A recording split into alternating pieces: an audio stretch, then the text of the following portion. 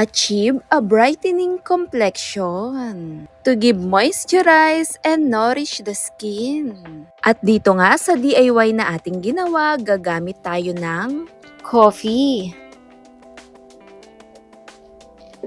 turmeric powder, at sunflower oil.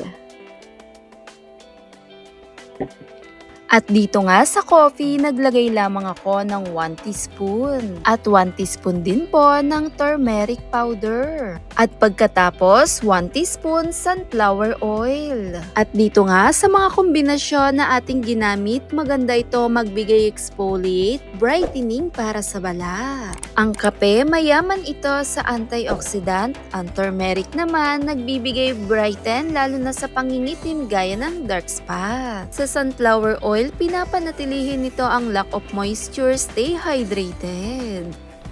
Ramdam mo ba ang aligasgas o pangingitim ng iyong balat? Hindi pantay na kulay.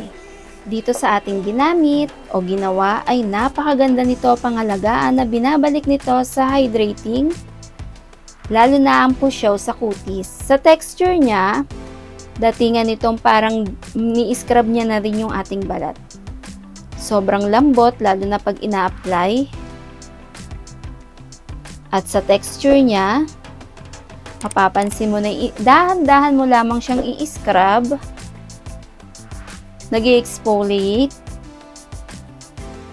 At napakaganda nito gamitin kahit 2 beses sa isang linggo. Tumutulong, pangalagaan ang balat, maiwasan ang pigmentation o yung ayaw natin sa balat o yung batik-batik.